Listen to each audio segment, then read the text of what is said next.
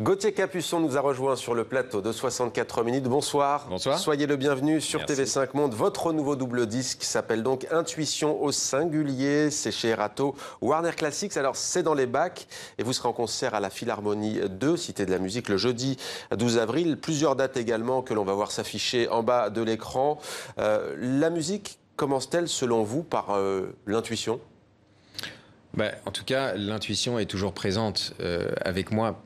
En musique, sur scène, on a besoin, en tant qu'artiste, pas seulement la musique, mais on a besoin d'inspiration. Donc on parle d'intuition, bien sûr. C'est énormément d'heures de travail, de se perfectionner, même si la perfection n'existe pas. Je me bats avec la perfection tous les jours. Mais sur scène, on a besoin de trouver ce juste milieu, de laisser ce côté perfection de côté et de se laisser vraiment emporter par l'inspiration et donc l'intuition. Eh bien, on va écouter sans plus attendre un extrait de La méditation de Thaïs de Jules Massenet.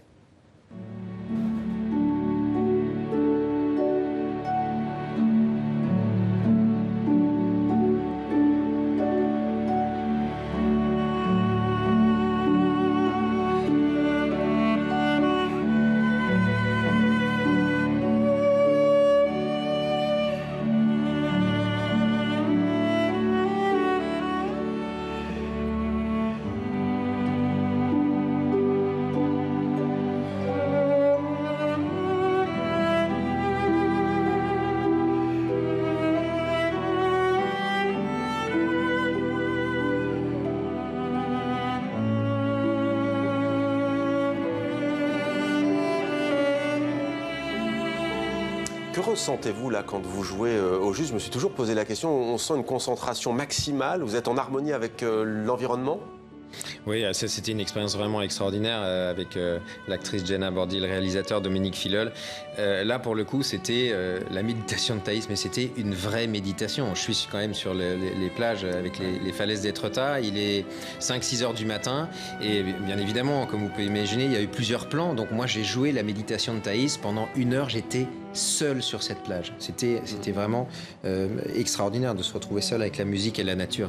Alors un mélange de titres très connus donc et d'autres plutôt moins connus. Comment est-ce que vous avez choisi ? Alors le choix s'est fait vraiment très naturellement.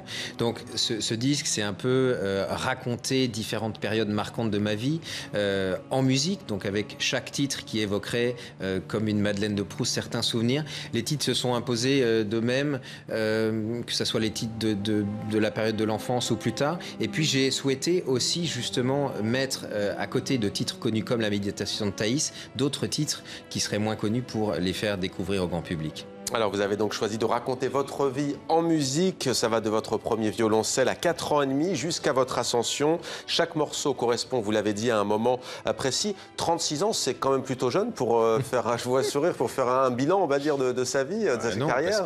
Parce qu'on n'a jamais terminé de se remettre en question, c'est comme ça qu'on avance. Et puis, oui, 36 ans, mais je dis que c'est un premier volume, il y en aura peut-être un deuxième dans quelques années, je l'espère. Alors la méditation de Thaïs, donc de Massenet, Salut d'amour d'Elgar ou encore Silent Woods de Dvorak, nouvel album plutôt romantique. Alors vous interprétez aussi le célébrissime Signe de Camille Saint-Saëns à travers un clip tourné en montagne au-dessus de Verbier en Suisse. Vous qui êtes savoyard, il me semble, ça ne nous étonnera pas, on regarde un aperçu.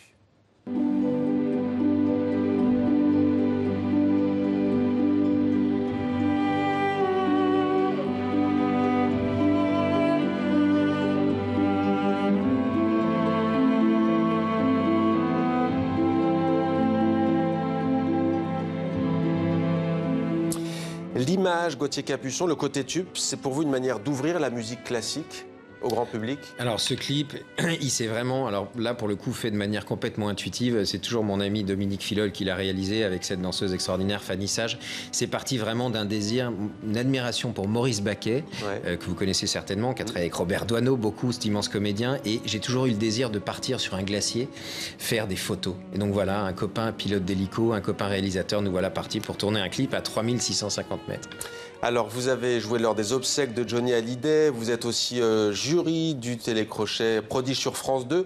La musique classique apparaît souvent, je dis bien apparaît souvent, parce que ça ne plaît pas parfois que l'on prononce le mot élitisme, elle apparaît comme telle. Est-ce que vous pensez que la télévision peut jouer un rôle justement pour la populariser ?